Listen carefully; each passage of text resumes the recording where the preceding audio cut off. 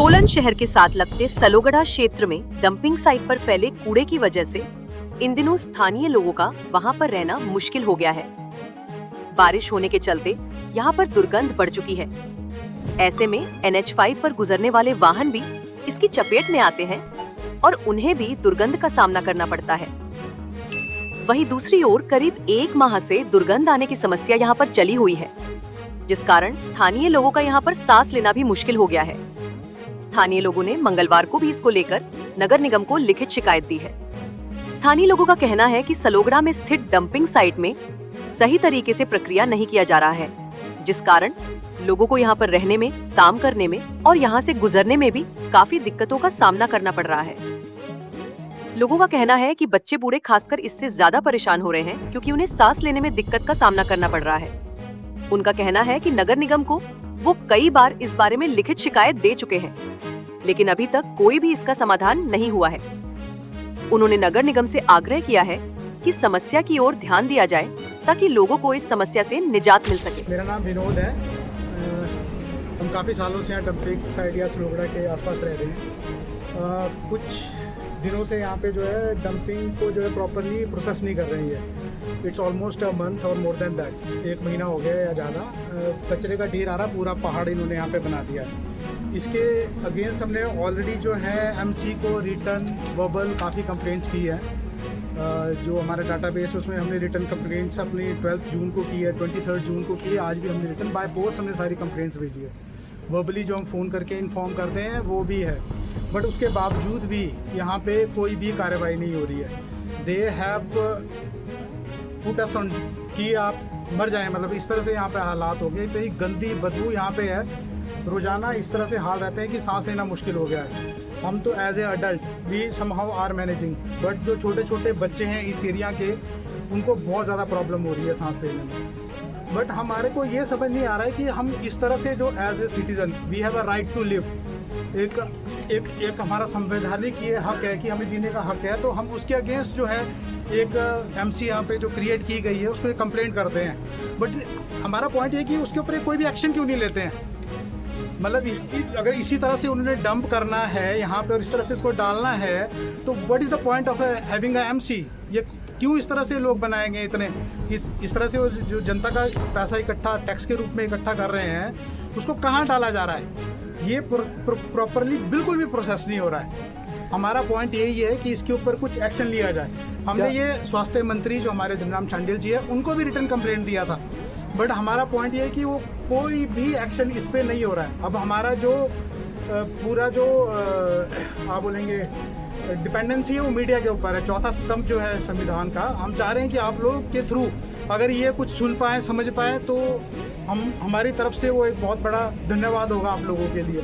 Otherwise आप यहाँ पे खुद आएँ, आप हालात देखिए, बहुत से बद से बदतर हालात हो गए यहाँ पे।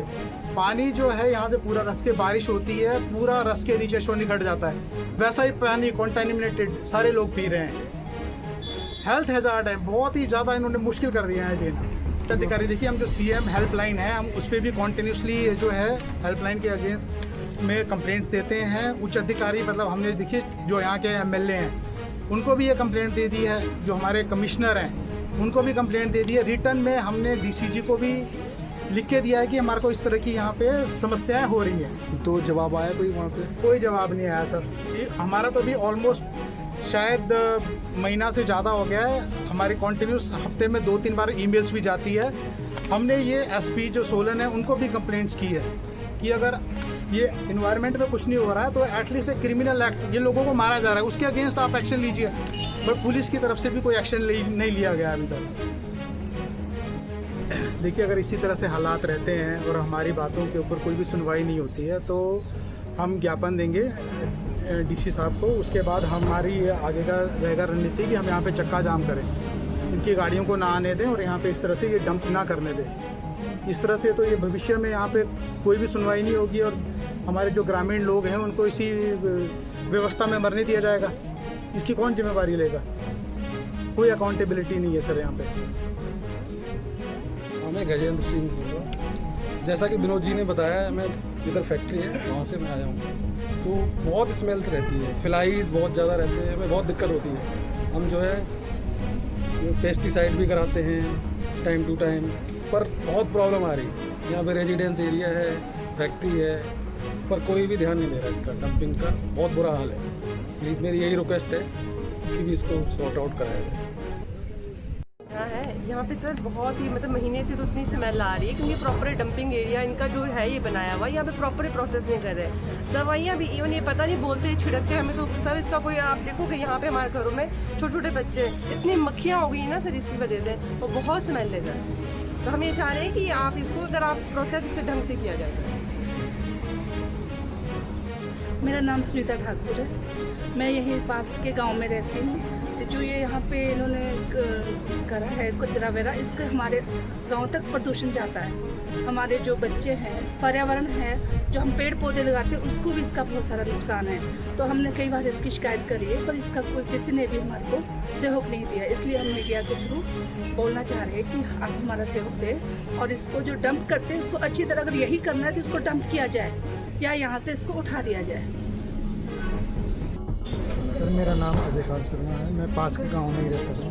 तो हमारा रास्ता जो है करीब आधे घंटे का है, तो लेकिन इतनी स्मेल आती है, साथ में नेशनल हाईवे है, हमारा वहाँ से जाना होता है, तो इतनी स्मेल आती है कि घर तक पीछा नहीं छोड़ती और मक्खियाँ ऐसी बनवाती है कि क्या बोलूँ।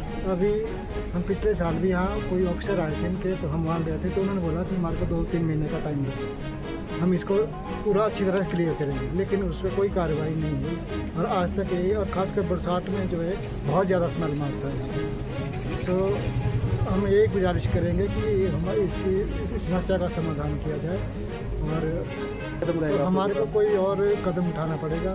हो सकता है यहाँ लोगों को इकट्ठा करके हम धरना दें या कुछ करें, तो कुछ भी करेंगे, क्योंकि यहाँ बहुत रहना बहुत मुश्किल हो गया। अगर इसी तरह से हालात रहे कुछ भी नहीं होगा।